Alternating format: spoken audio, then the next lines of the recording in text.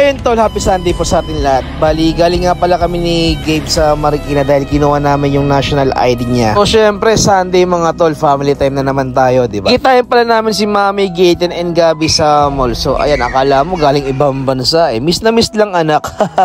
Ay, inabutan na pala kami ng tanghalian mga tol. Bali, magla-lunch time na nga pala. So kakain pala muna kami. Syempre mahirap yung gutom yung mga bata bago magsimba, diba? Di kasi kami nakapag-breakfast mga tol kasi maaga kami umalis ni Gabe. Kaya ang bali gagawin namin is parang brunch na rin namin to. Ang init sa labas mga tol kaya medyo gutom na rin kami dito eh. So ayan, kumakain na pala yung mga bata. Walang pansinan mga tol, basta fried chicken ang nasa harap. Bahala na kayo dyan. So ayan mga tol, kumakain na nga pala yung mga anak ko. Ganun din pala kami ni Mami, kumakain na rin pala kami dahil nagmamadali na rin kami dito dahil mga tol yung oras nga pala ng misa is 10 minutes lang bago magsimula. O syempre si Gabi girl mga tol, kumakain na din yan ng french fries pati chicken, diba? Pagkatapos ka namin kumain, syempre niligpit namin yung aming mga pinagkain. Nagmamadali na nga pala yung asawa ko dahil magsisimula na raw yung misa. Good thing mga tol, umabot kami at hindi kami late. Sabi ko nga sa'yo, pag busog yung mga bata, hindi makulit, tahimik lang yan, diba? O ay mga tol, tapos na nga pala yung misa. Bali, mag-bless lang kami kay Father dahil syempre kailangan natin i-bless yung mga bata eh. Para habang bata pa lang tol yung mga anak ko, at least nalalapit na sila sa Panginoon, diba? So ayan, tapos na nga pala kami magsimba mga tol. Syempre, mamamasyal na naman kami, diba? So, ang next pala namin gagawin is mag-grocery kami mga tol. Kaso may nakita silang mga parang ano to eh, picture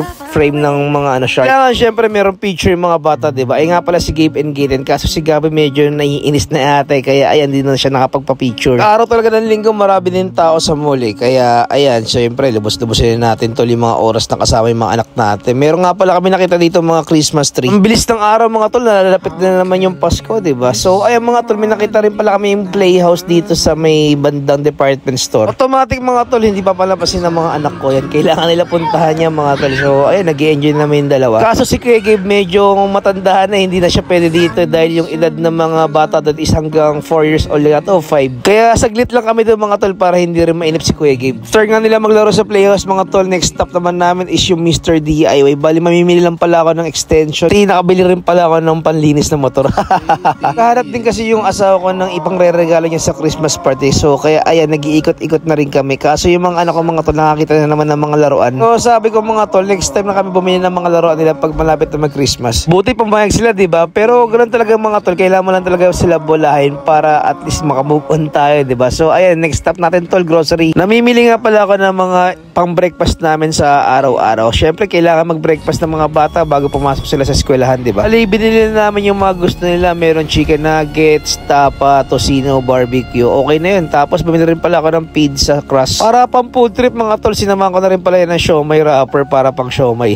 Kung mamimili rin pala ako ng pang-ulam namin mga tol. So ayan, si Gaten taga-salo ng ating mga pinamili. So ayan, bibili rin tayo ng mga condiments natin dito. So ay nahanap nyo si Kuya Gabe mga tol. Medyo naiinit na si Kuya Gabe kaya nagpaiwan siya dun sa may food court. Pagod na raw siya kasi maglakad. So ayan, kami munang apat dito na mamimili ng mga baon na rin nila sa school. So kasi ng mga anak ko mga tol, kinakain nila sa school ay mga biscuit lang. Pero pag bago sila pumasok, pinag-breakfast ko muna sila para at least may lakas sila, diba? Malapit na nga pala kami umuwi dito mga tol dahil medyo inaantok na nga pala yung si Gabi girl. Hindi na nga niya napigilan yung sarili niya dahil inaantok na siya. So ayan mga tol, nakatulog na nga si baby girl. So ayan, tatapusin ko na nga pala tong video na to. Paalam, bye bye!